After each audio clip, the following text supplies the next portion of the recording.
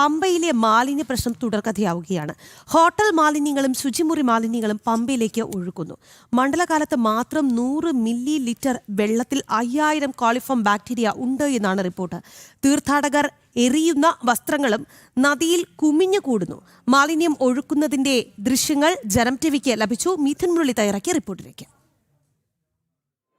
പമ്പയിലെ മാലിന്യ പ്രശ്നം കാലാകാലങ്ങളായി നിലനിൽക്കുന്നതാണ്. പമ്പ മലിനീകരിക്കപ്പെടുന്നു എന്നുള്ളത് പല തരത്തിൽ പല വിധത്തിലുള്ള റിപ്പോർട്ടുകൾ സർക്കാരിന്റെ മുന്നിൽ അവതരിപ്പിക്കപ്പെട്ടതുള്ളതാണ്. നദി സംരക്ഷിക്കേണ്ടതിന്റെ ആവശ്യകത ചൂണ്ടിക്കാണിക്കപ്പെട്ടിട്ടുള്ളതാണ്. പക്ഷേ ഈ തീർത്ഥാടന കാലത്തും ഇതിന് യാതൊരു പരിഹാരവും ഉണ്ടാകുന്നില്ല എന്നുള്ളതാണ്.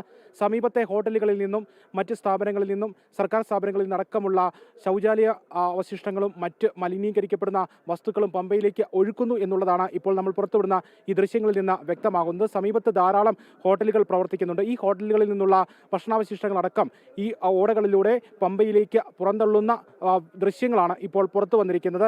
മറ്റൊരു കാര്യം, ഈ പമ്പയിൽ വസ്ത്രങ്ങൾ നിക്ഷേപിക്കുന്നതുമായി ബന്ധപ്പെട്ടുള്ളതാണ്. കാലകാലങ്ങളായി തീർത്ഥാടകർ ഈ പമ്പയിൽ വസ്ത്രങ്ങൾ ഉപേക്ഷിക്കുന്നുണ്ട്. ഇങ്ങനെ ഉപേക്ഷിക്കരുത് എന്നുള്ള ബോർഡുകളടക്കം സ്ഥാപിച്ചുകൊണ്ട് ഇത് അവസാനിപ്പിക്കുന്നതിനുള്ള നടപടികളും ശാശ്വതമായി പരിഹരിക്കപ്പെടുന്നില്ല എന്നുള്ളതാണ് ഇപ്പോൾ ദൃശ്യങ്ങളിൽ നിന്ന് വ്യക്തമാകുന്നത്. പമ്പയിൽ വിവിധയിടങ്ങളിൽ ഭക്തർ ഉപയോഗിച്ച വസ്ത്രങ്ങൾ ഉപേക്ഷിക്കുന്നുണ്ട്. അത് സമയബന്ധിതമായി എടുത്തു മാറ്റുന്നതിനോ അല്ലെങ്കിൽ ഇത് തടയുന്നതിനോ ഉള്ള നടപടികൾ അധികൃതരുടെ ഭാഗത്തുനിന്ന് ഉണ്ടാകാത്തതും പമ്പയിൽ മാലിന്യ നിക്ഷേപം വർദ്ധിക്കുന്നതിന് കാരണമായി മാറുന്നു. പമ്പയിലെ ജലത്തിൽ ഈ കോളിഫോം ബാക്ടീരിയയുടെ അളവ് കൂടുതലാണെന്നുള്ള റിപ്പോർട്ട് വന്നതാണ്. ശുചീകരിക്കപ്പെടേണ്ടതിന്റെ ആവശ്യകത ചൂണ്ടിക്കാണിച്ചുകൊണ്ട് നിരവധിയായിട്ടുള്ള റിപ്പോർട്ടുകളടക്കം വന്നിട്ടുള്ളതാണ്.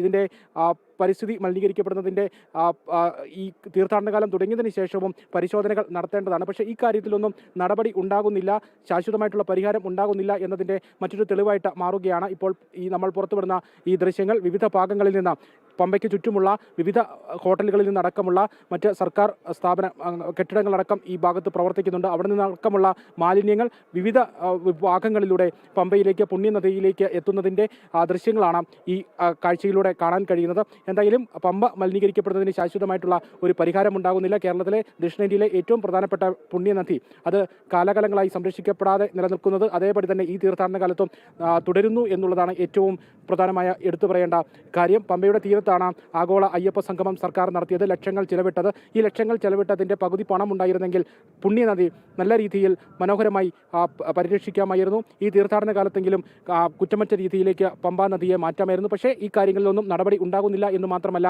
കൂടുതൽ ശോചനീയമായ അവസ്ഥയിലേക്ക് പമ്പയിലെ കാര്യങ്ങൾ പോകുന്നു എന്നുള്ളതാണ് എടുത്തു പറയേണ്ട കാര്യം. എന്തായാലും പുണ്യനദി സംരക്ഷിക്കപ്പെടണം എന്നുള്ള ആവശ്യകത കാലകാലങ്ങളായി നിലനിൽക്കുന്നു. പക്ഷേ അതിൽ ശാശ്വതമായിട്ടുള്ള ഒരു നടപടിയും ഉണ്ടാകുന്നില്ല. കൂടുതൽ മലിനീകരിക്കപ്പെടുന്ന ഘട്ടങ്ങളിലേക്ക് പോകുന്നു എന്നുള്ളതാണ് ഇപ്പോൾ നമ്മൾ പുറത്തുവിടുന്ന ഈ ദൃശ്യങ്ങളിൽ നിന്ന് വ്യക്തമാവുകയും ചെയ്യുന്നത്.